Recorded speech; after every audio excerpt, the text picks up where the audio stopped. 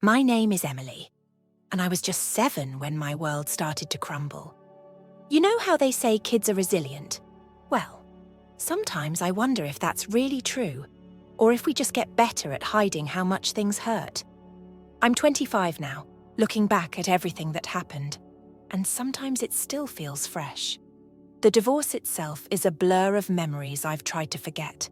All I really remember is the constant back and forth between my parents' houses, trying to figure out what normal was supposed to feel like when everything had changed. My dad, Mike, 48, and Mom, Sarah, 46, tried to keep things civil, at least in front of me. But you can only hide so much from a kid who's watching their family fall apart. Then came Rebecca.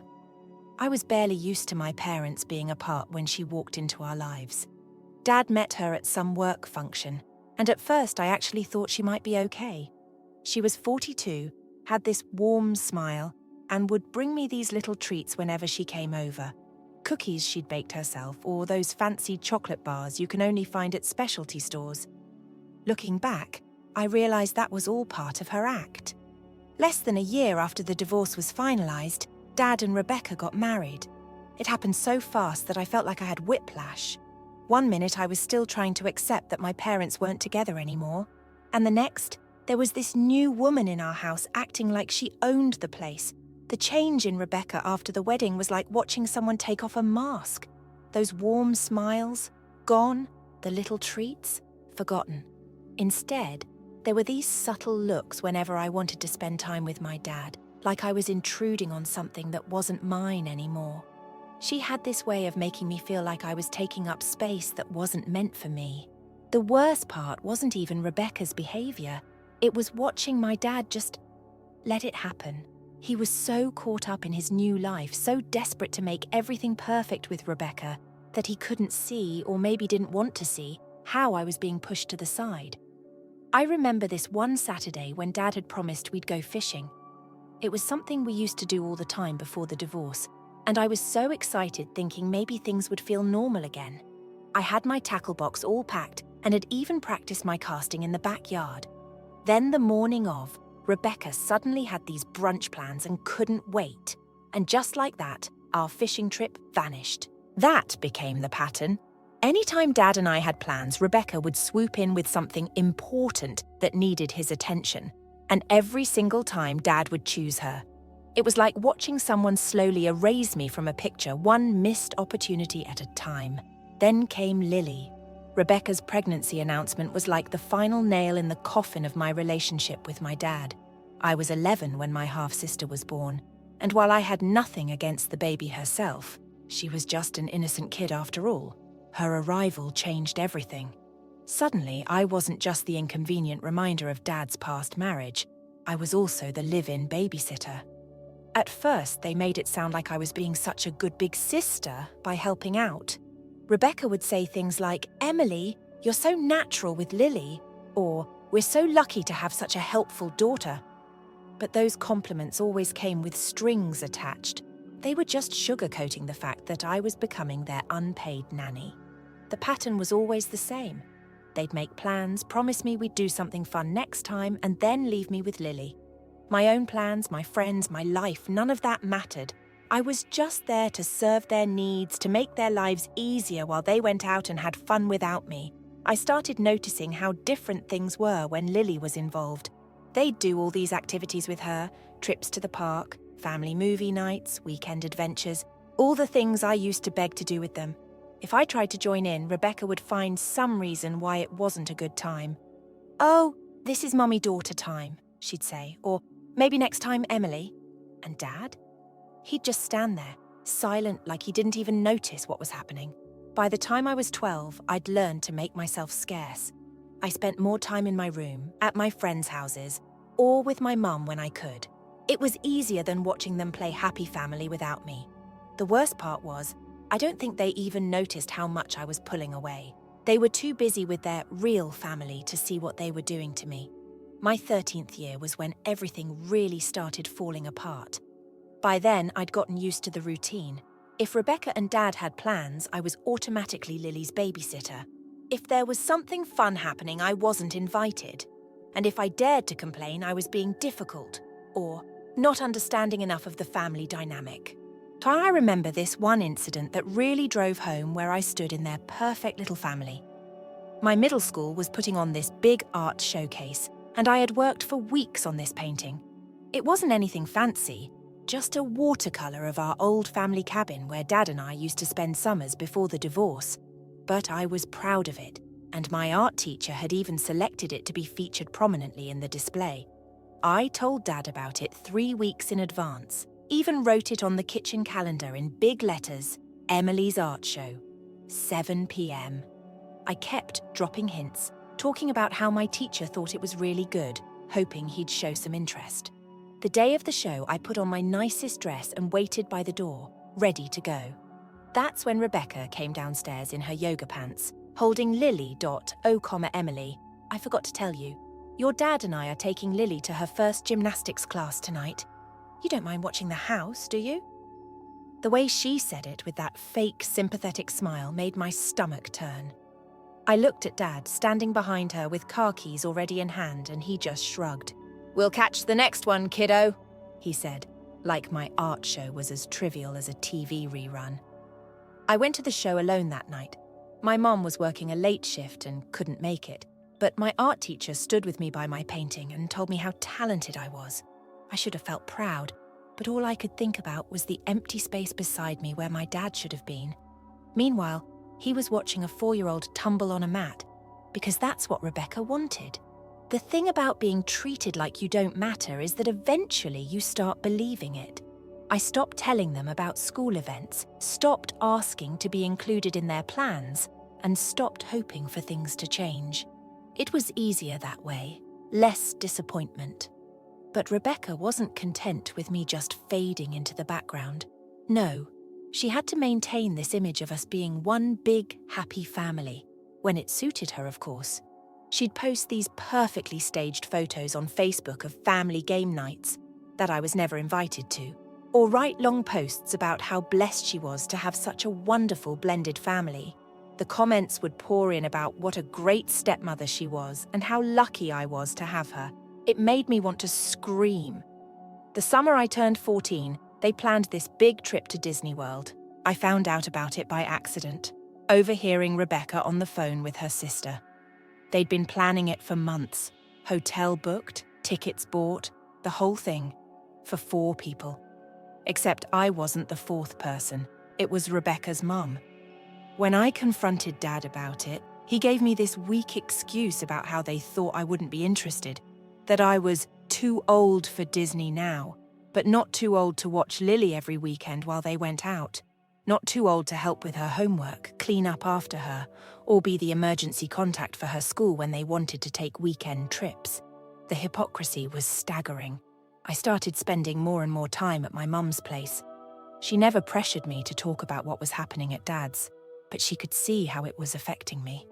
One night, after a particularly rough weekend of being excluded from yet another family activity, I broke down and told her everything. About how Rebecca would make plans without me, how Dad never stood up for me, how I felt like a ghost in my own home. Mum was furious, not at me but at Dad. She wanted to confront him, but I begged her not to. I was afraid it would just make things worse, that Rebecca would find some way to twist it around and make me look like the problem. Again. By 15, I had this whole system worked out for surviving at Dad's house. I'd keep to my room, headphones in, only emerging when I absolutely had to. I'd learned all of Rebecca's patterns, when she was most likely to rope me into babysitting, when she'd be planning her precious family activities that didn't include me. I'd make myself scarce during those times, claiming homework or plans with friends. The funny thing was, the more I pulled away, the more it seemed to validate Rebecca's treatment of me. She'd make these little comments to Dad about how I was becoming so distant and not making an effort to be part of the family, as if she hadn't spent years pushing me away, as if she hadn't made it crystal clear that her version of family didn't include me unless she needed a free babysitter. One day, I overheard her talking to one of her friends on the phone. "It's just so hard," she was saying, "trying to build a family when someone isn't willing to put in the effort." I wanted to laugh, or cry, or maybe both. The effort. I'd spent years trying to be part of their family, only to be pushed aside again and again. But in her mind, in her carefully constructed narrative, I was the problem. I was the one not trying hard enough. Dad never contradicted her version of events. Maybe he actually believed it. Maybe it was easier for him to think I was just a difficult teenager than to admit he'd let his wife systematically push his daughter out of his life. Either way, by that point, I was done trying to make him see the truth. By 16, I felt like I was living in a parallel universe. In Rebecca's world, the one she presented to everyone else, we were this perfect blended family where she was the amazing stepmom who tried so hard to include her troubled stepdaughter. But in reality, I was just the inconvenient reminder of Dad's past that she tolerated when she needed free childcare. The breaking point came during what should have been one of the biggest moments of my high school life. I had been cast as the lead in our school's production of The Crucible. Theatre was my escape, the one place where I felt like I actually belonged, and this was my first major role. I was so excited that I actually broke my own rule about not telling Dad about school events. That quote "S great, honey," he said, barely looking up from his phone. But I pushed on, telling him about the show dates and even giving him a copy of the programme. For once, I let myself hope. Maybe this time would be different. The night of the premiere, I was peeking through the curtain, scanning the audience. Mum was there, sitting in the front row with flowers, but Dad's seat, the one I'd specifically reserved and reminded him about just that morning, was empty. As the minutes ticked by and the house lights dimmed, I felt that familiar knot in my stomach. Still, I held onto a shred of hope that maybe he was just running late. It wasn't until after the show, when I was checking my phone, that I saw the text, not from Dad, but from Rebecca. "Sorry, sweetie, but Lily wasn't feeling well, so we thought it best to stay home. I'm sure you understand. Break a leg." I stared at those words, that patronising little heart emoji, until my vision blurred. Later that night, scrolling through Instagram, I saw why Lily had been sick. Rebecca had posted pictures of them at the new indoor water park an hour away. There they were, all three of them, splashing and smiling, having the time of their lives while I was performing in an empty seat. That night, something inside me just broke. All those years of trying to be understanding, of accepting their excuses, of believing maybe things would change, it all came crashing down. I couldn't keep pretending anymore. The next morning, I waited until Rebecca was out running errands to confront Dad. I found him in the kitchen doing his usual weekend routine of pretending to read the newspaper while actually playing games on his tablet. "Why didn't you come to my play?" I asked, my voice steadier than I felt. He looked up, startled. Maybe by my presence, maybe by my direct question. "Oh, well, you know Lily wasn't feeling great and she looked pretty good in those water park photos," I cut in. The way his face changed, that mix of guilt and being caught, told me everything I needed to know. But I wasn't done. Years of hurt and anger came pouring out. "Do you even realize what you're doing?" I asked. "Do you know how it feels to be constantly pushed aside, to watch your own father choose his new family over you every single time? To be treated like nothing more than a free babysitter? That's not fair," he protested weakly. "Rebecca tries so hard to include you." I laughed, and it sounded bitter even to my own ears. "Include me? When? When she needs someone to watch Lily? When she needs to maintain her perfect stepmom image for Facebook? Name one time, Dad. One time in the last 5 years when she actually tried to include me in something fun. Something that wasn't just babysitting or chores. He opened his mouth, then closed it again. The silence stretched between us, filled with all the memories of missed events, broken promises, and moments I'd been pushed aside. "Emily," he finally said, his voice tired. "You need to understand, building a blended family is complicated. No," I cut him off. "What I need to understand is that I don't have a place in this family. I never did. Not since Rebecca came along. And you know what? That's fine. I'm done trying to fit into a space that was never meant for me." That quote S when I told him I wanted to live with Mum full time. The words came out calm and clear, like I'd been rehearsing them, and maybe, subconsciously, I had been. His response? A shrug and a defeated, "If that's what you want, 5 words. That's all my dad had to say about me leaving. No fighting to keep me there, no promises to do better, no acknowledgement of how things had gone wrong. Just acceptance, maybe even relief, that the inconvenient piece of his past was finally removing herself from the picture." I called Mum right there, with Dad still sitting at the kitchen table. She said she'd come pick me up that afternoon. As I headed upstairs to pack, I heard the front door open, Rebecca returning from her errands. I heard Dad's muffled voice explaining what had happened, and then Rebecca's response. "Well, if that's how she feels." The fakeness in her voice, that pretend concern, made me pack faster. I wasn't waiting around to hear whatever performance she was about to put on. Moving out was surreal. Mum showed up that afternoon with her SUV, ready to help pack everything. I half expected Rebecca to put on her usual show, the tearful "we're family" speech, the guilt-tripping about Lily, the whole performance. But she just stayed in the kitchen, pretending to be busy with something on her phone. I could feel her watching me, though, probably already crafting the story she'd tell everyone about why I left. Dad helped carry some boxes, moving in this awkward, mechanical way like he was helping a stranger move furniture. Here was the man who used to toss me in the air when I was little, who taught me how to ride a bike, now acting like he couldn't wait for me to be gone. It felt like I was packing up more than just my clothes and books. I was packing up every memory, every moment when I'd still believed I mattered to him. The only genuine emotion came from Lily. She was 9 by then and came running out of her room when she heard all the commotion. "Emmy, where are you going?" Her little face was scrunched up in confusion. That was the hardest part. Despite everything, I did love my half-sister. "She was just a kid caught in the middle of adult mess. I quote, "I'm going to live with Mum for a while," I told her, trying to sound casual. Rebecca appeared then, quickly pulling Lily away. "Come on, sweetie, let Emily pack." The message was clear. I was already being erased. As Mum and I drove away, I kept waiting to feel sad. Instead, I felt relieved, like I could finally breathe properly for the first time in years. Mum must have sensed it because she reached over and squeezed my hand. "You know you can always come back if you change your mind," she said, but we both knew I wouldn't. The first few days at Mum's were quiet. She didn't push me to talk about what happened, she just let me settle in. Her apartment wasn't as big as Dad's house, but it felt more like home than that place had in years. No walking on eggshells, no passive-aggressive comments, no feeling like an unwanted guest. Then the texts started coming in. The first was from Rebecca.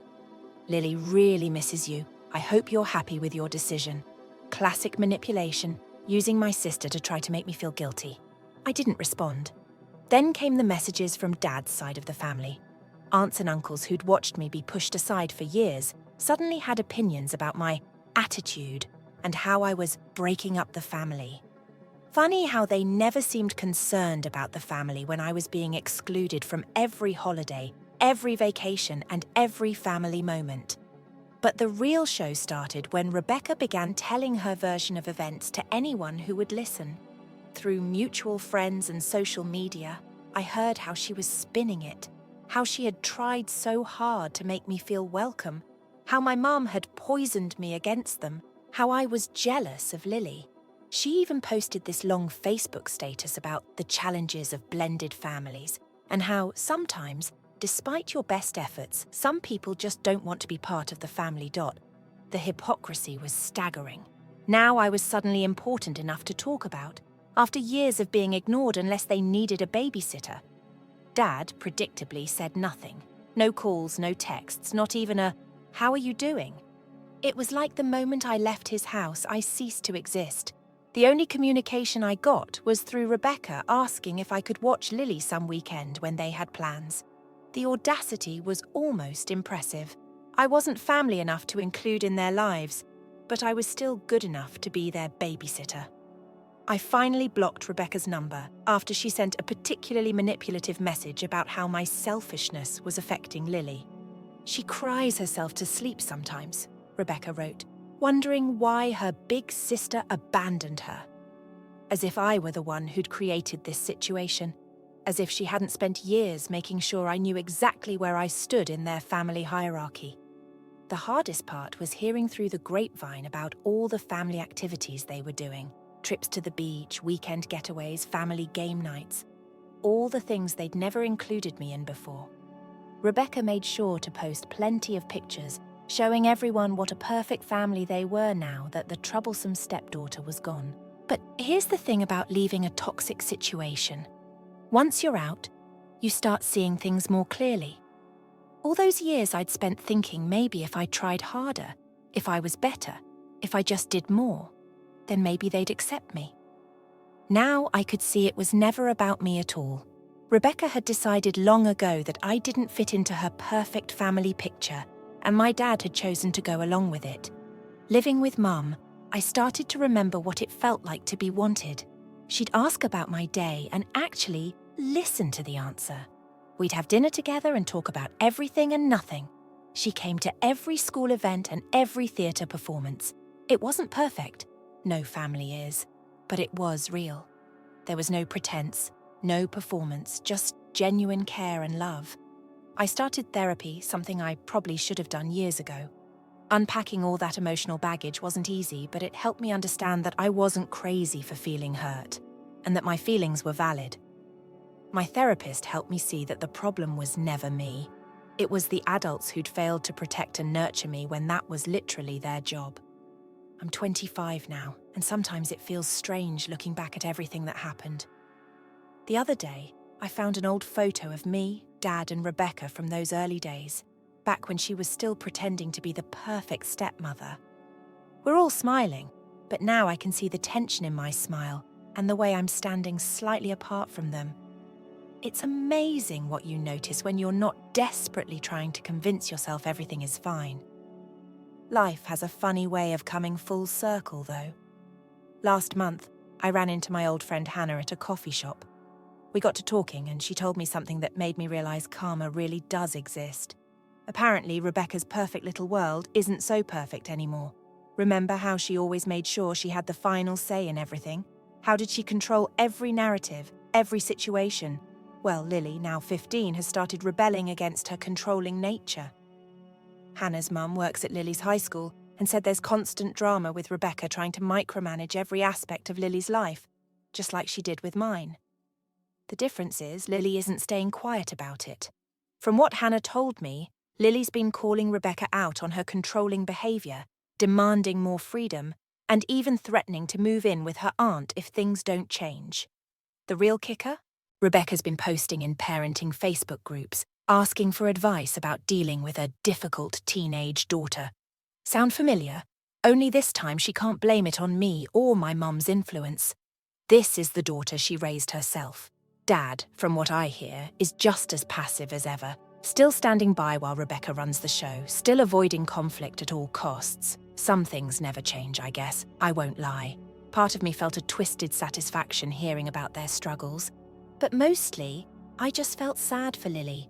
She's dealing with the same controlling behaviour I experienced, just in a different way. The only difference is she has the courage to stand up for herself at a much younger age than I did. Lily actually reached out to me on Instagram a few months ago. She sent me this long message apologising for not understanding what was happening when we were younger. She said she's been going through old family videos and photos, and she can see now how differently I was treated. It was validating, but also heartbreaking. No kid should have to apologise for their parents' behaviour. We've started talking regularly now, mostly through text. I'm careful not to badmouth Rebecca or Dad. Lily's figuring things out on her own, and she doesn't need me adding to her confusion. Instead, I'm trying to be the supportive big sister I wish I could have been back then. As for me, life is good. Really good, actually. I graduated college last year. Mum was there cheering so loud I could hear her from the stage. And I'm working at a marketing firm in the city. I have my own apartment, great friends, and a life that's completely my own. Mum and I are closer than ever. She's not just my mother anymore. She's one of my best friends. Dad occasionally sends birthday and Christmas cards. Generic ones, with just his name signed at the bottom. No personal message, no phone calls, nothing else. Rebecca still tries to maintain her image on social media, but her posts about family unity and overcoming challenges don't get the same sympathetic responses they're used to. I guess people finally started seeing through the act. The funny thing is, I'm not angry anymore. Don't get me wrong. I haven't forgiven them. What they did was wrong, and no amount of time will change that. But I'm not carrying that hurt around like I used to. Therapy helped me understand that their behavior was never about me. It was about their own insecurities and failures. I've learned that family isn't about who's obligated to love you. It's about who chooses to love you consistently and unconditionally. My mum chose me every day, even when it was hard. My therapist helped me see that that's worth more than any forced family unity Rebecca tried to create. Sometimes people ask if I regret leaving, if I ever wish I'd tried harder to make things work. The answer is always no. Staying in that situation wouldn't have changed anything except maybe my self-worth. Walking away was the healthiest choice I could have made. Last week, I got an invitation to a cousin's wedding.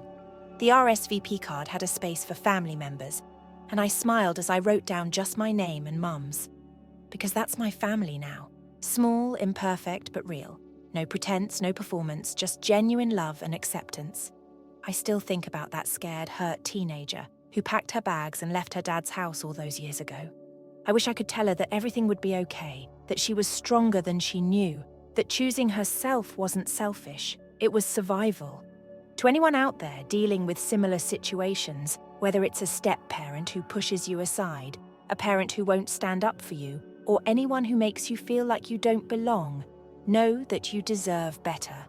Sometimes the hardest part of loving yourself is recognizing when you need to walk away from people who don't. Life isn't perfect now, but it's authentic. And after years of living in Rebecca's carefully curated fantasy of family perfection, authentic feels pretty damn good. I'm not a background character in someone else's story anymore. I'm the author of my own life. And you know what? I like the story I'm writing a lot better than the one they tried to write for me. The best revenge? Living well and letting them deal with the consequences of their own actions. Because in the end, you can only pretend for so long before reality catches up with you. Rebecca's learning that lesson now with Lily. And honestly, that's not my story to tell anymore. I've got my own life to live, and it's a pretty good one. Story too.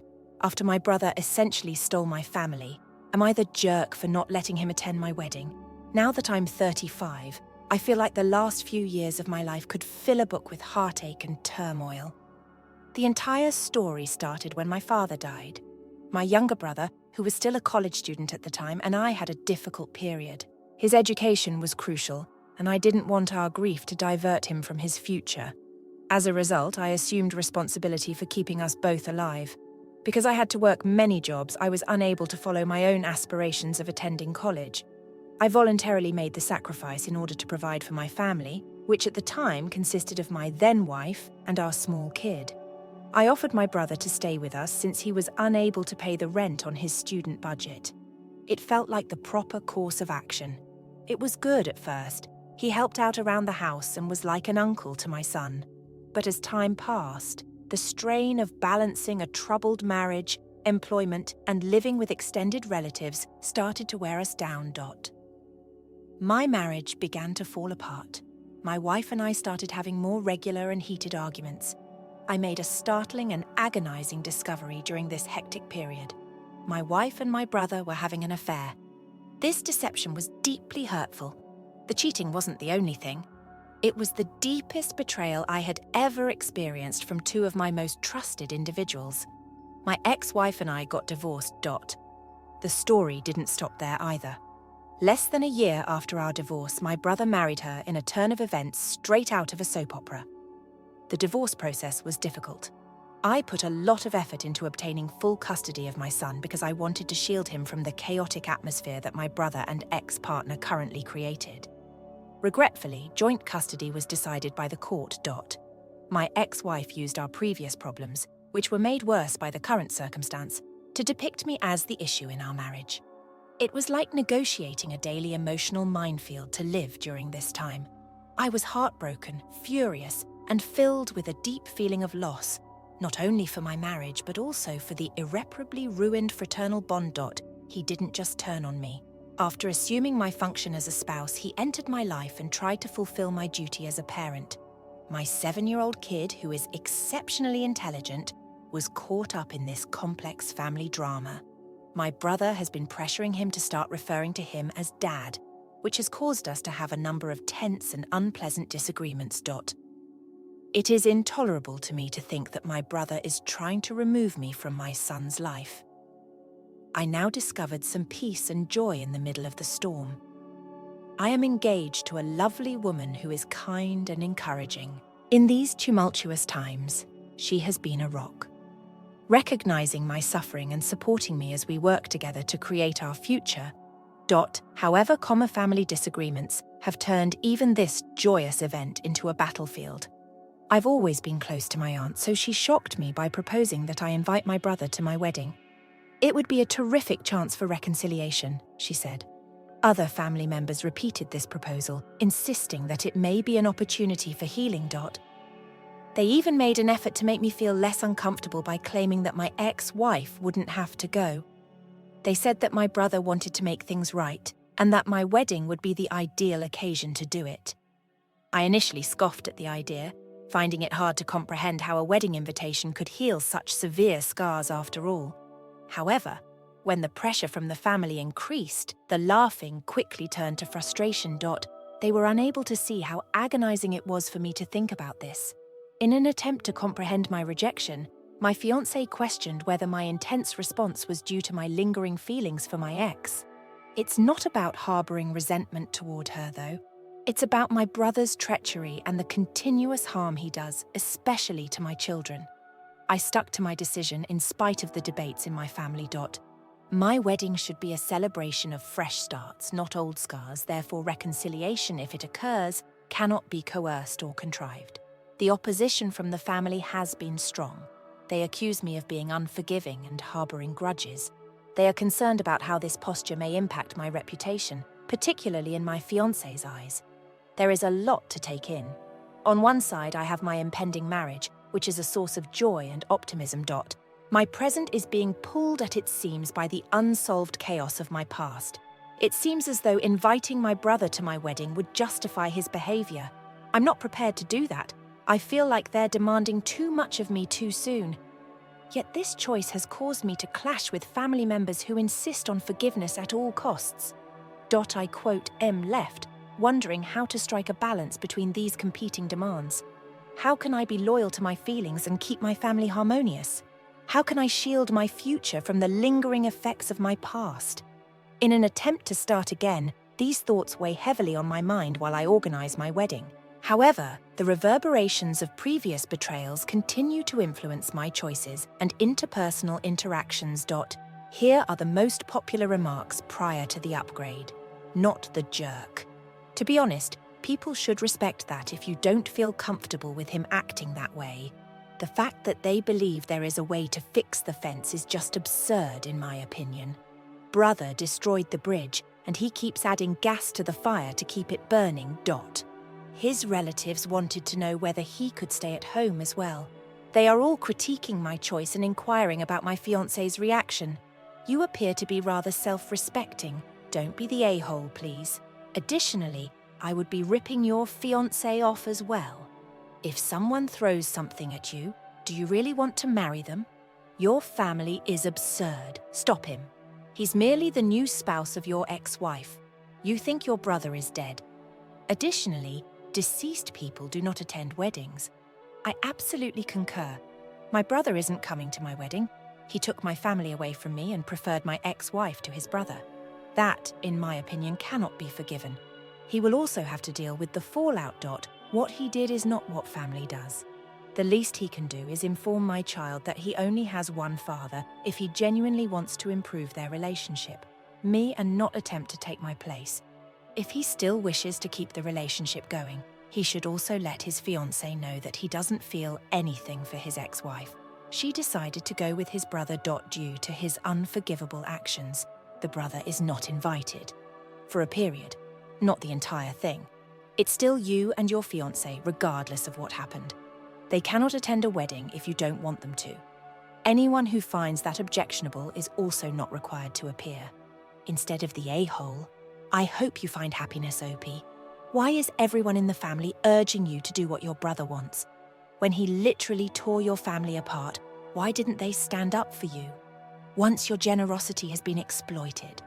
When he still actively engages in cruel behavior, such as persuading your son to call him dad, why are you left to bear the burden of forgiveness? I suggest mirrors if you haven't chosen any party favors for your wedding, so that your family can examine themselves closely and see the hypocrisy on display. Since my last post, my decision to not invite my brother to my upcoming wedding has only made things worse with my family. It has been extremely stressful to deal with my family's continued resistance despite my clear explanation of my position and the reasons behind it. During a recent family get-together that was supposed to be a straightforward meal, the situation deteriorated. My aunt, who has been particularly vocal about me reconciling with my brother, brought him up again. She argued that weddings are about family unity and forgiveness, which sparked a heated debate at the table. To my dismay, my brother was also unexpectedly brought to the dinner by another relative, who thought it would be a good opportunity for us to clear the air. The moment he walked in, the atmosphere tensed up significantly. My brother, rather than being conciliatory, took a more confrontational approach. He made a snide remark about how I was still holding on to the past, and even suggested that my reluctance to include him in the wedding was more about my unresolved feelings towards my ex-wife than about the betrayal I felt from him. He accused me of using him as a scapegoat for the failure of my marriage and not being man enough to handle my issues directly with my ex. My brother's words were cutting, and unfortunately they did not stop there. He proceeded by suggesting that he was a greater father figure to my kid than I ever was, arguing that my son prefers the stability he and my ex-wife could give over the purported hatred and resentment I was cultivating. I was enraged and extremely wounded by his claims. The issue developed swiftly, and I ended myself leaving the dinner early, feeling deceived not just by my brother, but by the family members who seemed to accept his tale. Since that night, I've had multiple chats with my fiancé, who, despite previous misunderstandings, has been tremendously supportive. She watched the entire discussion that night and understood firsthand the poisonous dynamics I was attempting to avoid by not asking my brother to our wedding.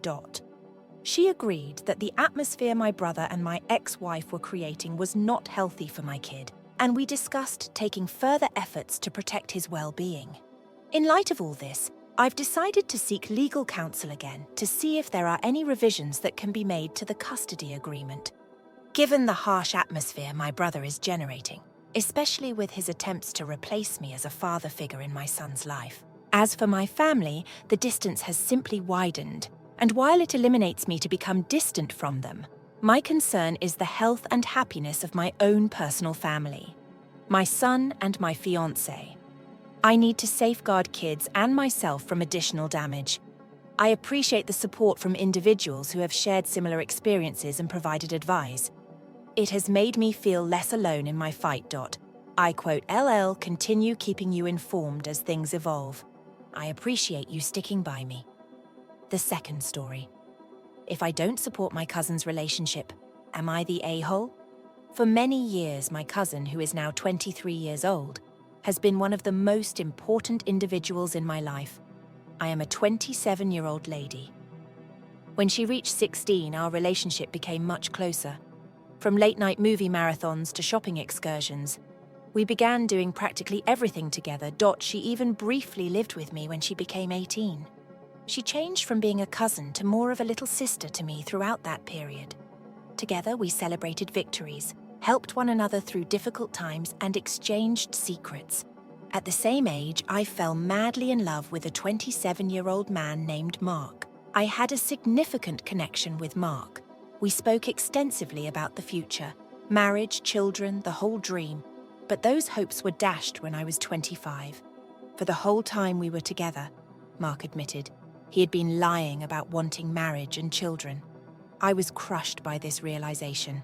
Not only did he not desire the future I did, but he had lied to me for so long that I felt betrayed. The split that followed was ugly and traumatic, and it was a difficult time.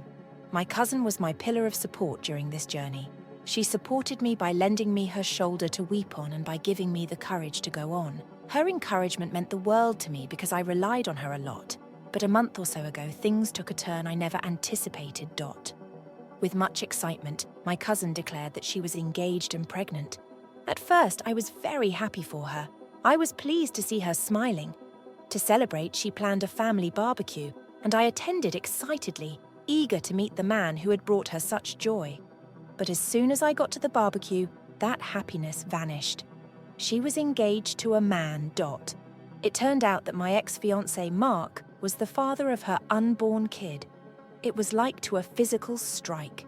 The earth seemed to have been yanked out from beneath me. The man who had crushed my heart was getting married to my cousin, who was also my closest confidant. It was more than I could bear. I was unable to talk at all. Without saying anything, I simply turned around and walked out of the picnic. My phone was inundated with messages and calls for my cousin and family in the days that followed, but I was unable to force myself to answer. The treachery was too profound, to be honest.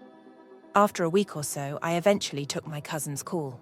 She made an effort to clarify, stating that she needed my help because Mark would now be family, and that she recognized how strange and challenging the situation was. She begged me to be pleased for her, but I was unable to do so. The treachery was too obvious, the hurt too recent. I warned her not to get in touch with me again, since I couldn't support her decision to become an astronaut. My family then started to put pressure on me. For the benefit of my cousin, who was getting married and expecting a child, they contended that I needed to move on from the past. They advised me to set my emotions aside because it was an exciting moment for the family. I felt even more alone and misunderstood after receiving this message from them. How could they expect me to just ignore what had occurred and join them in celebrating? I eventually lost my temper because I was wounded and enraged. I informed anyone who supported her that they should not get in touch with me ever again. Family meant loyalty and support to me, not anguish and betrayal. My response was not well received by my family. They accused me of being irrational, resentful, and even vicious. They maintained that no one owns a person, that I had to accept the situation and go on, and that it had been 2 years since my separation with Mark. They argued that my unwillingness to let go was not a good look, especially in front of my fiancé, and accused me of harboring resentment. I decided to block them all after realizing how insensitive and uncaring they were. I'm currently at a crossroads in my attempt to make sense of my history and future. My fiancé has supported and understood me during this difficult time, and we are planning a future together. However, I'm also lamenting the passing of the intimate bond I had with my cousin. It, quote, "'s difficult to navigate this new world. I'm left wondering how to get past this treachery and create a future without the people who used to play such a significant role in my life. Although it's a difficult procedure, it's essential for both my own wellness and the successful beginning of my new family with my fiancé. Am I the jerk? Let's move on to the top remarks. The a-hole, of course not. It was awful what she did. She continued to date him even though she knew you two had been dating for years and had broken up. In essence, that is betraying you. I'm sorry you must endure it. It probably began before they split up as well. Went quickly from girlfriend's cousin to a new mother. Does anyone wonder why these two continued to communicate after their breakup, particularly if the relative was consoling OP? Since they both knew about the relationship turmoil, they got together so soon after your big split and kept it a secret from you until revealing it in front of your whole family in a suitably dramatic time. It makes me question whether they did this to you on purpose. How come you were unaware of your cousin's enigmatic fiancé until she surprised you with this, if this is an exciting moment for the family, not a jerk for leaving? After that, no communication. It sounds like Mark informed you he didn't want kids based on what you say. When you thought he was celebrating becoming a parent so soon after terminating a long-term relationship over that very matter, you were mistaken. It makes me question if he was lying to you to end your relationship, since he was already interested in your cousin. Quote, take that personally. I'm just an online speculator. However, I've heard of similar situations in the past. I assume it was the other way around, but I agree with everything you said in your first paragraph. Marks. Understanding that she was childless, I told her he didn't want children before later admitting he did. Because he acknowledged that he did desire children and she was not going to change her mind, they ended their relationship for that reason. When he was unable to persuade her to do so, he decided to have a kid with Opie's cousin. Of course, God damn him. Your cousin is free to marry anybody she wants, but you don't have to be present.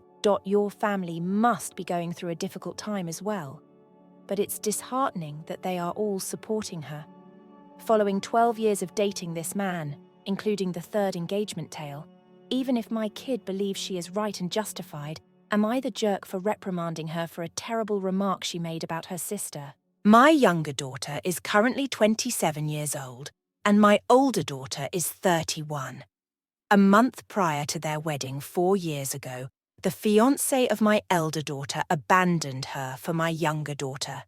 Indeed, it is just as awful as it sounds. The fact that my younger daughter was 2 months pregnant made it more harder. When it came to my youngest daughter, I was really disappointed. They both stated that they fell in love and are still wed today. Our family was literally decimated by it. Despite everyone's accommodation throughout the years, my elder daughter has barred her sibling from being around her. Holidays are extremely stressful because of this, but it is what it is. While dealing with the family problems, I have done my best to maintain a positive relationship with my granddaughter. I have chosen to disregard my elder daughter's extremely hurtful remarks regarding my grandchild. I made a mistake by failing to shut it down. When my older daughter unexpectedly visited her home in February, she ran into my younger daughter, son-in-law, and granddaughter. It was really stressful, and my younger daughter sobbed, apologized once again, and told us that my grandson was probably autistic. In response, my eldest daughter said right away that it's unfortunate that children suffer the consequences of deceiving parents, and that perhaps this would teach my younger daughter a valuable lesson. Everyone left in tears when my oldest daughter and my son-in-law got into a heated argument. Although I have always sympathized with my elder daughter and have often supported her, I believe what she said was incredibly inappropriate and cruel. I informed her that what she had said was inappropriate and that I would no longer be entertaining her unless she apologized. She went on to tell me that my younger daughter became a negative term because I am a terrible parent. Having 2 girls who have made such harsh decisions shows that I've obviously screwed up somewhere. However, am I incorrect in my stance on this matter?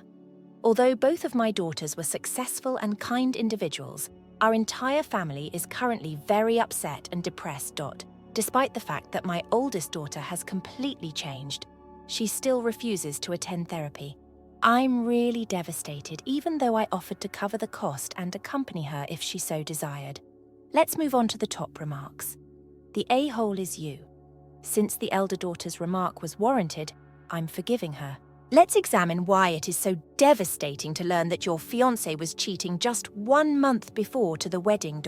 How terrible it must be to learn that it was with your own sister and that she was expecting a child is beyond me. That's reason enough to kick those 2 out of your life for good. The mother is here now. How did she respond? Although I'm really disappointed with my sister, I won't upset her too much because she gave us the first grandchild. The holidays are made possible by you. Thus, it's clear that she has experienced little to no real consequences for their actions. The older daughter now only expresses sympathy for the youngster and implies that the sister is receiving her retribution. You take a stand at this point. The breaking point is here. Too far. Opie, Jesus. How could you be more overt about your preference for your younger daughter? Your eldest daughter is correct. You're a terrible parent. My eldest daughter has completely changed from her previous self. No nonsense. Sherlock. Her family thought it was okay for her fiancé to cheat with her younger sister. However, she would likely benefit from therapy. You must be in therapy with someone you can trust. She wants you there, but why? You've more than demonstrated your allegiance to her. Editing to solicit a lot of feedback. I didn't say the oldest daughter's remark wasn't offensive, but you shouldn't give them a hard time if you believe the behavior is acceptable. The rationale is covered in much of my initial reply, but there are additional points as well. Autism wasn't brought up by the older daughter first. To get compassion, her sister flung it in her face. The older daughter feels terrible that the innocent kid could be a target of karmic retribution, but she is not placing the blame for any of this on the youngster. The parents are being burdened with everything, if she's inclined to think autism is a penalty. Although I acknowledge that was a jerk's act, I still believe her remark to her sister was appropriate, and that the elder sister's perspective on impairments is completely different from mine. Renowned. Your youngest is whole, as is her spouse. The youngster was not harmed by what your oldest said, even if it seems terrible. What she stated doesn't make the infant any less or more autistic. I would contend that the infant has not altered at all. Your youngest and her spouse should be the ones attempting to resolve this, according to your oldest. Let's go on to the final tale. Is it wrong of me to inform my mother that I despise my stepdad and that he will not be accompanying me to my wedding, therefore destroying my family? I'm 23 years old, and I've been anticipating this June in particular for a while. It's when my 6-year boyfriend and I are getting married. Because my fiancé hails from a huge family and we have a broad circle of friends, we are organising a major party. I've always seen of this day as joyful and spent with the people we care about. My side of the family is somewhat smaller, though. I never knew my dad, so it's largely just my mom.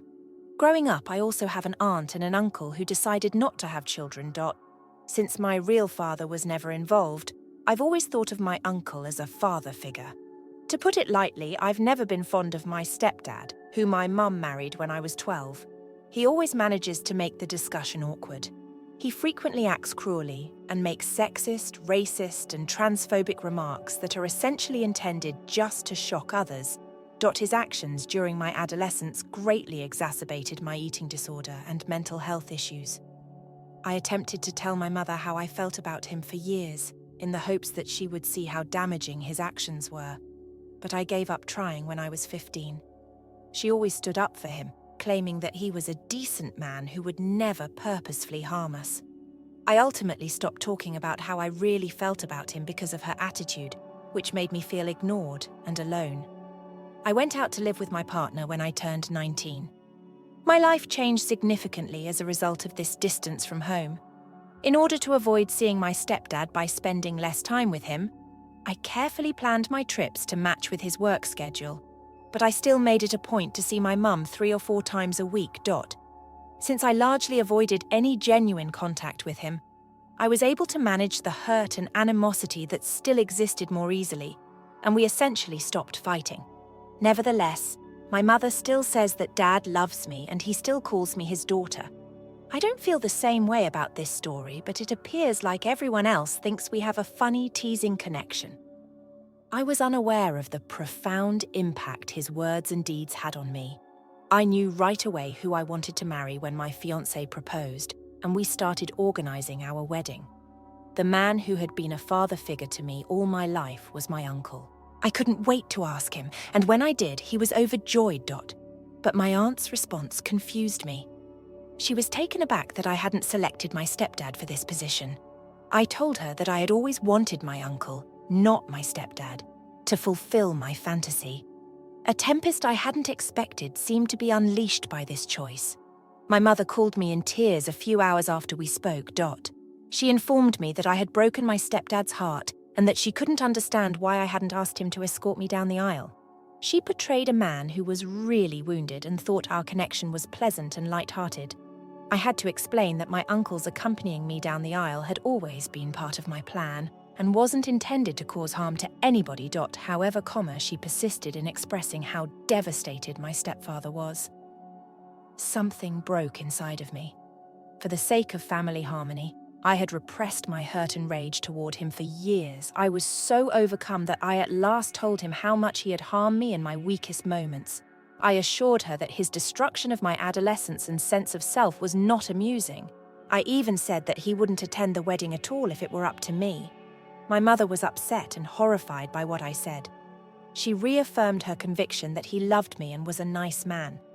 After our talk, my mother, who didn't seem to understand how I felt, claimed she would tell him to stop, but the harm was already done.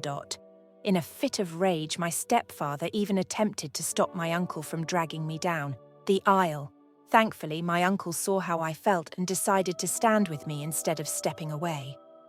Tension has increased when my uncle stopped talking to my stepdad. This family divide seems to have widened, and I feel as though family strife is taking center stage during my wedding, which ought to be a joyous occasion. I quote, "V unintentionally sparked long-simmering, deeply ingrained problems. It hurts to watch how my decision to respect a treasured connection has caused such strife. I'm currently struggling with these complicated family relationships as I continue to prepare for my special day, looking for a way to celebrate my fresh start without further upsetting the few remaining family members. Am I the jerk? Not the a-hole, but the top comments now. Your nuptials. He need not even be present. Today is your day. He isn't involved in creating memories for your family. It says a lot about him that he sought to sabotage it by enlisting your uncle." My exact thoughts.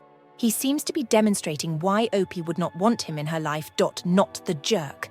You're getting married. He wouldn't even be on the guest list for the wedding if it were up to me. You don't have to. Yes, it is. However, without him, my mother wouldn't be able to come to the wedding because she doesn't drive. There isn't any public transportation in the rural area where we reside. Not the jerk. I apologize. Your mother has been making a lot of effort to tell herself that everything is good. That illusion is not something you owe her. That you get along well with your uncle is wonderful. I hope your wedding day is amazing. I would advise against doing so. But I've shattered my family. All right, you simply quit following the crowd. Their responses are not your responsibility. To allow them to coerce you into acting. Additionally, don't take on more than is reasonable. Story 3. The girlfriend requested a vacation, questioning my faithfulness. She was discovered to be pregnant 5 weeks later. So, yes, I believed I had everything all out. After 2 years of dating, my relationship with my girlfriend was going really well. We had met in college, both of us eager to succeed in life and working hard to earn our degrees. We had been making plans for the future while I was finishing up graduate school. Moving in together and starting a wonderful life, you know. I even intended to pop the question to her by the following year. I kept thinking about it, but I hadn't informed her yet. We discussed our future so much that I felt as though I could already see it unfolding day by day. We make jokes about the names we would give our children. I felt Jackson sounded good for a boy, and she preferred the name Ella for a girl. We would get carried away when we imagined our lives in 10 or 20 years, complete with a dog, a few children, and a modest home. And I genuinely believed that we were in agreement about everything. Without a doubt, I felt that this was the person I was supposed to be with. Indeed, it's possible that I was somewhat oblivious to it. I work as a nurse, so I spend a lot of time around ladies. In this area, that's the way things are. In fact, my best man for my future wedding was going to be my female best buddy from nursing school. I understand that that may be problematic to some individuals. I thus made it very evident to my partner right away that these friendships were just that. Friendships. I didn't want any strangeness or jealousy to loom over us, and she appeared to be okay with it for a while. Or I believed that she was. In hindsight, I could have missed some clues, but at the time, everything appeared to be going smoothly. We discuss anything and everything, but she started acting strangely around New Year's. She unexpectedly had a few beers at a friend's party where we were. She mentioned that she didn't particularly like 2 of my buddies. Now, that was completely unexpected. Before, she had always gotten along well with my friends. I was a little taken aback when she mentioned that she had an issue with these 2. She merely muttered something about thinking I might have had a thing with them before we started dating when I asked her why. I never gave her any reason to believe that, so I find it crazy. She continued to give me this look as if she didn't believe me when I tried to reassure her there at the party. It was odd and, to be honest, a little offensive. Like, I was telling her everything and planning our future together, and all of a sudden she thought I was lying about my friends. I brought it up again when we were both sober the following day. I'd always been honest with her, so I wanted to understand where this was coming from. I mean, I'd known these 2 friends for years, and now she didn't trust them. When I moved away from home for nursing school, I made my first true friend. Let's call her a friend. To me, she was like family. As I was still getting used to being away from my hometown, you helped me get through some difficult times. I met the other friend, B, when I started working in the emergency room. We bonded over fatigue and bizarre patient tales while working night shifts together. Both of them played significant roles in my life, but only as friends. Nothing more. When she finally told me that she understood, she sat there listening and nodding. She even apologized for overreacting. I thought that was it. Honestly, like, okay, we had a little blip and now we were back on track. But something in her had shifted, and I didn't see it at the time. Over the next couple of months, things felt off, but I couldn't really put my finger on it. She'd still laugh at my dumb jokes and cuddle up to me on the couch, but I could feel this weird tension building. She wasn't as open as she used to be, and whenever I'd bring up future plans, she'd just nod along without the same excitement she used to have. I tried not to dwell on it. I figured maybe she was just stressed from work or something. But then I found out she'd been talking to a friend from high school, someone she'd known forever who barely knew me at all. Apparently, They'd had a few conversations about me and these two friends she was suspicious of. Somehow, this friend of hers convinced her that I was lying. The whole thing sounds so dumb now, but at the time it really hurt. Here was someone I loved, someone I was planning a future with. Letting some random friend plant all these doubts in her head. It all came to a head one night when she flat out told me she didn't trust me. That was the first time I'd ever heard her say that, and it honestly floored me. I was angry, but more than anything, I felt deceived. I'd done everything to make sure she felt secure in our relationship, made my limits with my pals obvious. And here she was, accusing me of what exactly? I didn't even know. I asked her if there was anything I could do to make her feel better, but she simply brushed it off, said she didn't know whether she could ever totally trust me. So after a lot of back and forth, we ended up agreeing to take a break. I didn't even sure if I truly wanted it, but it felt like the only way to gain some distance and let things simmer off. I still assumed we'd sort it out like a little halt simply to clear our brains. In my view, we were merely putting paws on our tail, and in a few weeks we'd be back together and stronger for it. I honestly believed that. Looking back, I can't help but wonder how much I missed, how much of what she was experiencing just stayed unspoken until it all came tumbling down. We seemed to be planning our lives together one minute, and then I'm left wondering whether any of it was genuine. If all those discussions about the future were only fantasies of mine. Yes, I believed I had everything figured out, but perhaps I was deluding myself. I had a strange mix of dread and hope after we decided to take a break. For example, I was certain that this was only a phase. We had to press a little reset button. After 2 years of dating, this was a passing phase, right? Sure, she had her reservations, but I figured she would see my sincerity once she had some space, that nothing was happening with my pals. I tried to tell myself that everything would be well, but it seemed foolish. I couldn't get rid of this instinct. There was something wrong, but I couldn't identify it. Even though I was providing her the room she requested, it wasn't always simple. I would feel the need to contact her, text her, or just inquire about her well-being every day. However, I refrained. I assumed that was her desire, but it was difficult. You've been with someone for 2 years, and all of a sudden you're not allowed to speak to them. My head was screwed up. Every morning when I woke up, I was half anticipating a message from her, some indication that she was prepared to make amends. However, nothing was present, nothing but quiet. I made an effort to divert my attention a few weeks into the sabbatical. I immersed myself in my work, studying for tests and putting in additional hours, despite the fact that my brain was already burned. My friends saw that I was strange, but I didn't want to argue with them. I simply assure them I'm all right and go on. In actuality, I was anything from okay. I couldn't stop worrying about whether she was thinking about me the same way I was thinking about her. After a month or so of this entire break thing, I was at last beginning to come to terms with the stillness. I assumed that she would return when she was ready, and that this would simply be a lengthy absence. It was awful, but I had kind of become used to waiting for her to text me and want to meet up. Then, on an arbitrary Tuesday, she made contact. It seemed good when she stated that she wanted to speak face to face.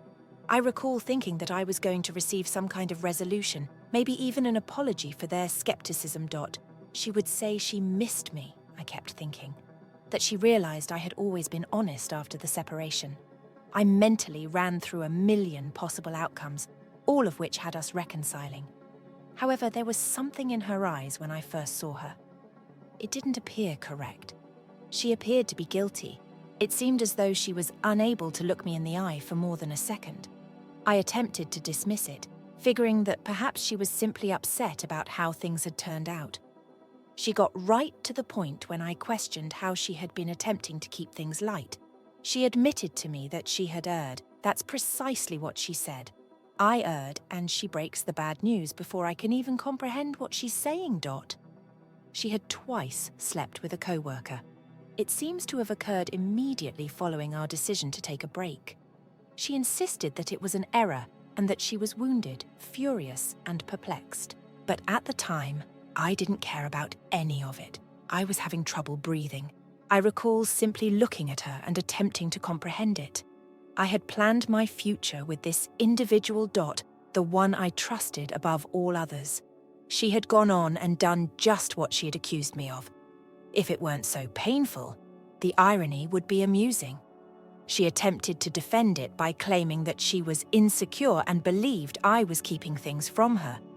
She seemed to be attempting to turn it into some sort of twisted self-defense, as if she wouldn't have done it if I didn't have female close friends. What I was hearing was unbelievable. We imagined about the future together, made commitments, and had all those talks. Everything seemed to disappear in a flash.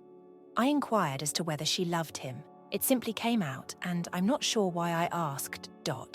She gave me a wide-eyed look as if I had spoken something unexpected.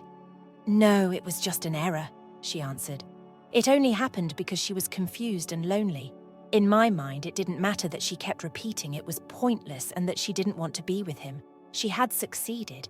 In my opinion, she had crossed a boundary from which you simply never return. She continued by saying that she felt bad about it and that she had been talking to a buddy from high school who had essentially persuaded her that I was deceiving her, controlling her, or whatever. I didn't really listen. I simply sat there and let her words pass over me. Eventually, I felt as though I was numb to everything and in a trance. Sitting across from her, I felt as though the person I believed to be familiar was no longer there. If this was how she felt, I questioned her why she had bothered to explain why she didn't let the break be the end of things. She said that she felt bad because she couldn't accept that she had misled me. It, funny, since she hadn't had any trouble figuring out that I was lying all along. Now, however, her conscience awoke abruptly. For a while we sat in quiet.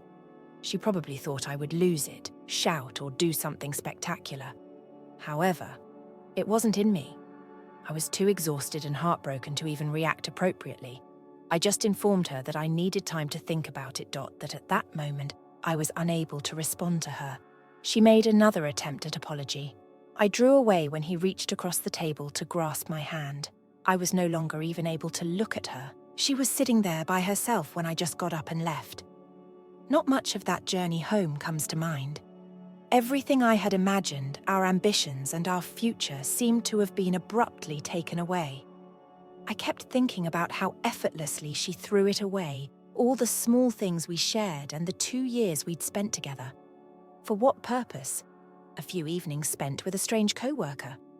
After arriving home, I spent hours sitting in the dark, going over everything again in my head and attempting to determine what went wrong.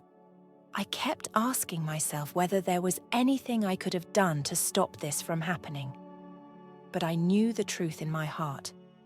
I had to make a decision now that she had made hers. I didn't get in touch after that. I couldn't bring myself to respond to her texts, even though she apologized and said she wanted to sort things out. Every message seemed to reopen the wound and cause it to ache all over again. I didn't want her to say she was sorry. I wanted the person I believed to be familiar to return, the future I had anticipated. I now doubted that any of those things had ever been. I hoped to feel something after that conversation. Anger, closure, whatever. However, I felt as though a numbness had simply descended upon me. It was almost as if my brain was in shock and wouldn't digest it completely. Every day I went through the motions, but I didn't feel connected to anything.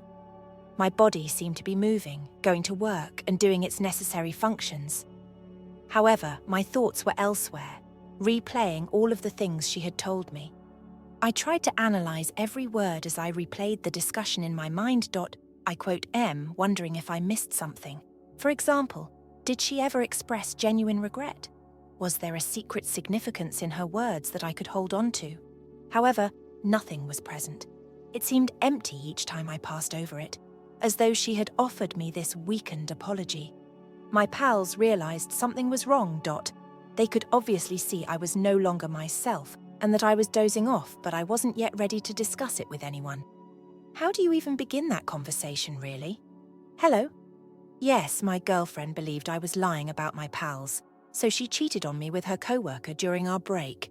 It would seem considerably more genuine if you spoke it out. I simply kept it all to myself.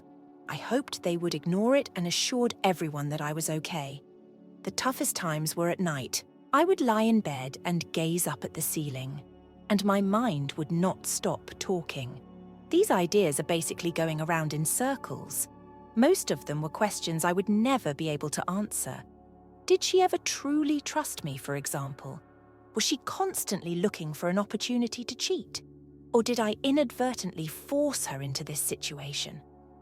I began to question whether I had done anything incorrectly, even though I knew in my heart that I wasn't to blame for this. Despite knowing that texting her was a bad idea, I considered it several times. I would grab my phone, look at her name, compose a pathetic message, and then erase it.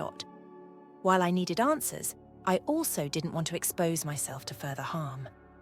I kept picturing her with that person whenever I considered asking her anything, and that simply made things worse. I eventually began to feel the effects of my lack of sleep. I was so worn out that I was hardly able to function at work. I would arrive, make an effort to concentrate, but I was mostly operating automatically. When someone asked me a question or required assistance with something, I would notice myself losing myself in my thoughts and looking off into space before jolting back to reality. I had no idea what else to do, but I knew it was horrible. I had the impression that I was unable to see my way out of this emotional haze. I attempted running one day in the hopes that it would help me decompress. Maybe it might work again because I used to run a lot, especially when school got difficult. However, halfway through, feeling as though I had made things worse, I simply stopped in the midst of the track out of breath. My chest was constricted. My hands were trembling, and I briefly believed I was going to faint. Every time I closed my eyes, it felt as though she was there, even though I was only trying to breathe while sitting on the grass. It really broke my heart to see her face and hear her voice apologizing to me. After sitting there for a while, I'm not sure how long, I stood up and started to walk home. I realized then that I needed a diversion, something to occupy my thoughts. I therefore buried myself and put in even more effort. I began taking on additional work, staying up late and doing all I could to keep from returning to that empty apartment. I would offer to do tasks that I would normally avoid, like filing, just to get my mind off of other things. I suppose that helped a bit, but as soon as I was by myself again, everything returned. Then came the panic episodes. They would surprise me by hitting me late at night or early in the morning. My hands would start to perspire, my heart would race, and I would wake up feeling as though I couldn't breathe. In order to get control, I would need to sit on the side of my bed and take deep breaths. The worst thing was that I felt as though my life had changed. All I was doing was attempting to survive the day as a shell of a human. Everyone in my vicinity started inquiring about my well-being. I would always say no when my pals would check in and ask if I wanted to go to the movies or hang around. I couldn't even force myself to be around others, much less act as though nothing was wrong. I basically cut myself off because I didn't want to involve anyone else in this mess.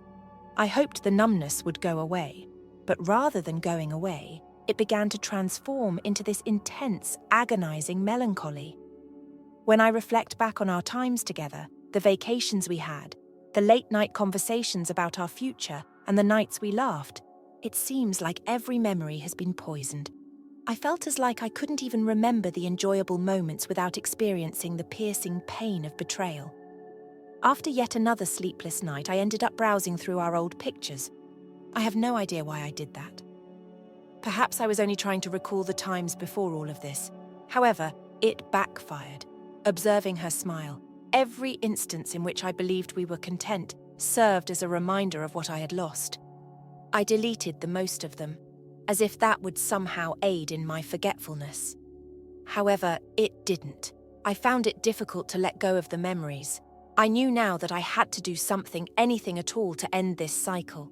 However, I was unsure of where to begin. I considered going to therapy, but I was apprehensive. It was like conceding defeat, like stating that I couldn't manage this alone. However, I was beginning to think that perhaps I couldn't manage it as each day went by. At least not without some sort of assistance. The loneliness was the worst. Not only did I feel isolated, but I also thought that no one truly understood what I was going through. It was like a dagger twisting in my chest as I saw other couples smiling and holding hands around me.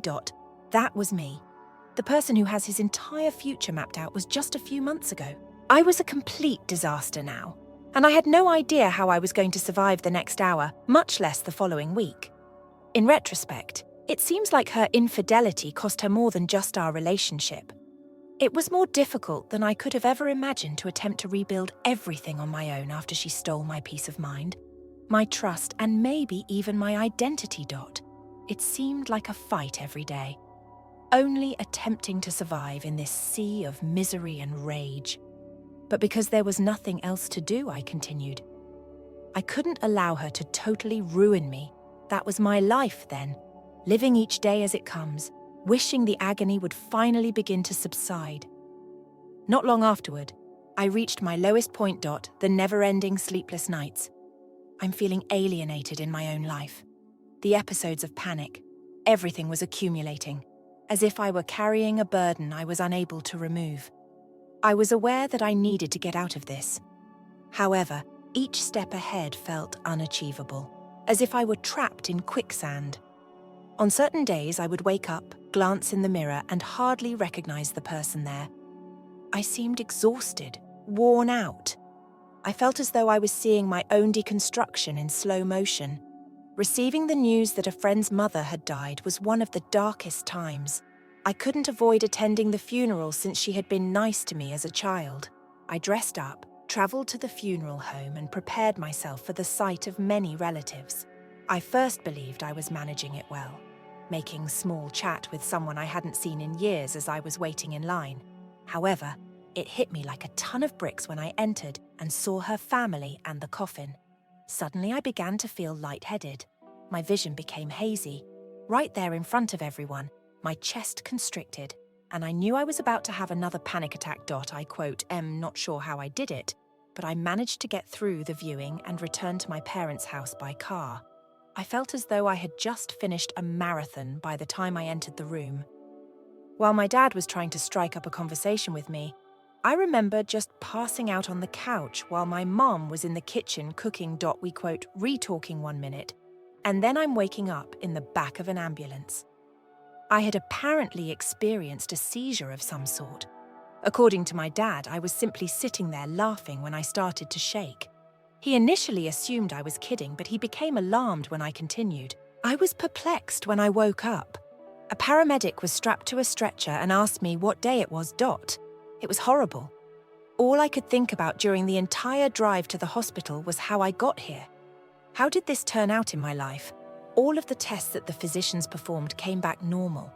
A neurologist informed me that I was probably experiencing PTSD symptoms as a result of the breakup and all that transpired. And I sat there in that chilly hospital room, numb. According to her, the seizure was most likely brought on by the ongoing worry and sleep deprivation. Hearing it like, okay, this is what's going on with me, was somehow comforting. I also realized that I couldn't continue to act as though everything was all right. Upon arriving home, I realized I needed to make some adjustments. I had had enough of her occupying my thoughts. I unfollowed her on all of her apps, erased her phone, and even tossed away everything that made me think of her. I had to deal with the rest of my life, but it felt strangely pleasant, like cleaning out a place I hadn't been in for a long time. all the emotions I had been attempting to suppress, all the memories that kept coming back to me. I made the decision to open up, at last. I informed a few close pals, everything over the phone. I became aware of how much I had been holding inside after talking about it. Dave, one of my buddies, simply listened the entire time, nodding, and ended up not passing judgment. He said something to me that really got to me. Even from a distance, he claimed, allowing her to rule my life was merely giving her greater authority. He was correct. I was locked in misery, allowing this person who had obviously gone on to take over my life. I felt as though I had thrown the key into a jail and locked myself within. The first major step in letting go was having the talk. Even though the following few weeks were difficult, I made myself follow a schedule. Even when I didn't feel like it, I would get up and go for a run. After that, go to work, concentrate on my patients, and return home worn out. I started getting back in touch with people because I realized I couldn't just cut myself off forever. I had refrained from accepting invitations to go for a stroll or have coffee. I felt like I was gradually digging my way out of that dark hole, and every day seemed a little brighter. Then one evening, it just clicked. I went for a jog. As I let my mind wander while listening to music, I became aware that I hadn't given her a single thought all day. It may seem insignificant, but to me it was enormous. It served as evidence that I could get over this never-ending cycle of regret and hurt and go on. Even if it was only a glimmer at the time, I could finally see a route out. I then began establishing little objectives for myself, something that would provide me with something to look forward to, things I had always wished to accomplish but never managed to do.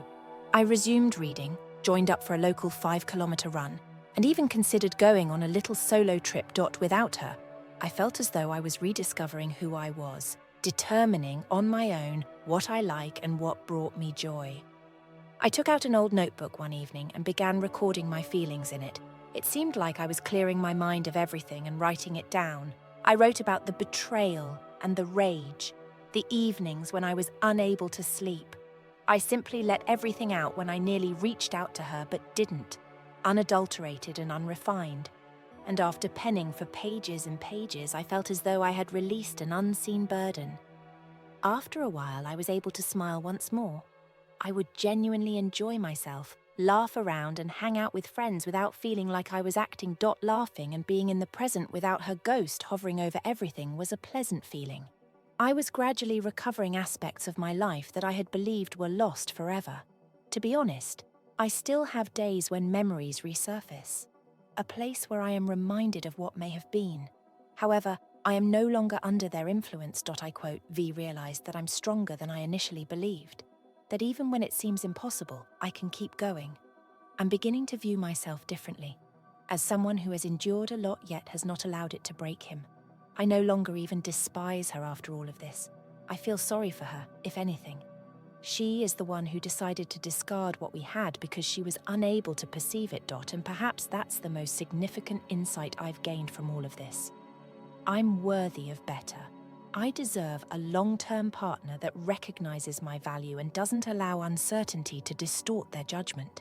Indeed, I still have tasks to complete. I'm still recovering. Not very likely, but I'm taking each day as it comes. In months for the first time. To be honest, I don't mind being alone, and I wouldn't give that sensation for anything. I thought I was finally getting over this. She appeared without warning. She was standing there, holding a baby at my door. For a moment, my thoughts went blank. After all, it had been months since we had last spoken, and much longer since I had given her any serious consideration outside of the odd flashback. At last, I was at peace. I had put in the effort. Give up your anger, centered on me, everything. She was now carrying the one reminder that I had been making a concerted effort to ignore. She remained silent for a while, simply gave me this dejected, begging face. It took me a moment to recover from the shock and return to reality. "Why are you here?" happened to be the first thing I said. It was more cooler than I had hoped, but I didn't mind. She had no right to just appear in this manner. Can we have a conversation? As she moved the infant in her arms, she spoke. There was nowhere else for me to go. I blocked the doorway by crossing my arms. Discuss what? I had had enough of her shenanigans. The guilt trips are over. She was finished with the emotional disaster she had created. Just because things hadn't gone as planned didn't mean I was going to allow her to stroll back into my life. They would. She glanced back at me after glancing down at the infant. She said, "I thought you'd at least want to meet him." He is. Whether you like it or not, he is also a part of you. She was aware that it was a low blow. I inhaled deeply while attempting to remain composed. "No," I said, trying to maintain my composure. "I don't have him. When you choose to go out with someone else, you made that decision. It's not me, it's his father." She winced, and I briefly experienced guilt. Then I recalled everything that had happened to me, including the many nights I had spent trying to piece myself back together. I refused to be coerced by her into taking on a position that wasn't mine. She shifted uneasily and moaned. "All right, I see I made a mistake. That's something I've been coping with every day. He has no one else, though." She stared at me with eyes full of desperation that honestly made me feel a little nauseous, and her voice cracked a bit. "Where is his father?" I asked directly.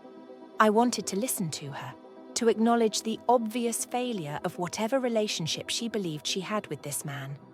I knew I had struck a nerve when she paused.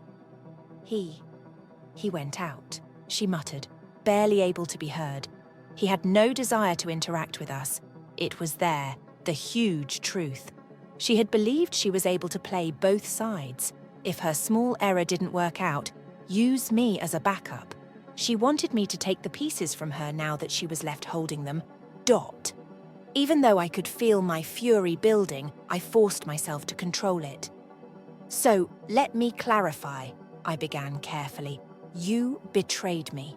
You had a child with this person, and now that he's not involved, you want me to take over as the father since you're by yourself."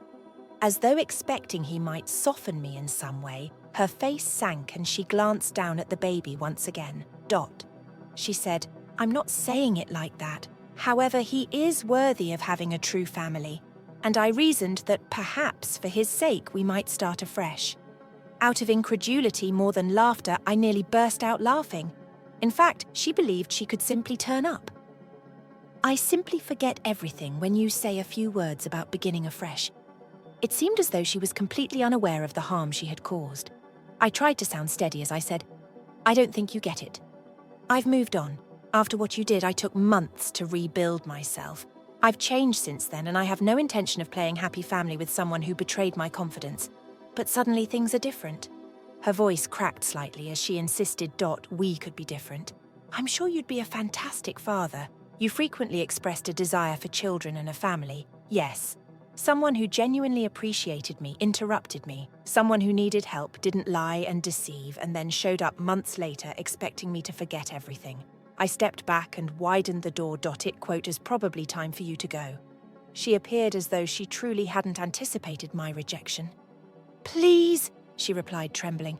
"I'm at a loss on what to do. I'm alone myself. I have no problem with it." I gave a forceful response. "You made a decision. You are now facing the repercussions of your decision to choose him over me. Cleaning up your mess is not my purpose. She just stood there looking at me for a while, tears welling up in her eyes. I could see the hurt, the remorse, and even some of the guilt, but I refused to be influenced by it. I was unable to. At last, I was at peace. Furthermore, I wasn't going to allow her to tear it all apart once more. She muttered, "I thought you'd be different. I assumed you would comprehend." I gave a headshake. I'm done being the fallback option, even though I did understand once. I'm over the manipulations and guilt trips. You now live this life, not me. Just because you made a mistake, I won't raise a child for another guy. That was the last thing she said. She nodded with a disappointed expression in her eyes and embraced the infant a bit closer. I briefly had a twinge of pity. Indeed, she was unhappy, and I could see that she was in pain, but that made no difference. I wasn't going to sacrifice my pleasure to make up for her errors. She turned and went slowly away, as if in a fog, without saying another word. I shut the door and simply stood there, gazing at it with a peculiar sense of both relief and melancholy. I felt sorry for the child. Even if none of this was his fault, I couldn't allow myself to be forced into a life and a duty that weren't mine. I tried to relax by taking a big breath and resting against the door. It was done. It's really over, whichever small measure of closure I still need. I got it in that moment. I realized now that letting her leave had been the right decision. I had promised myself a fresh start, and I wasn't going to ruin it by being sucked back into her drama. I was at last free to live, and she was permanently gone from my life, mine, and I was at peace with that for the first time.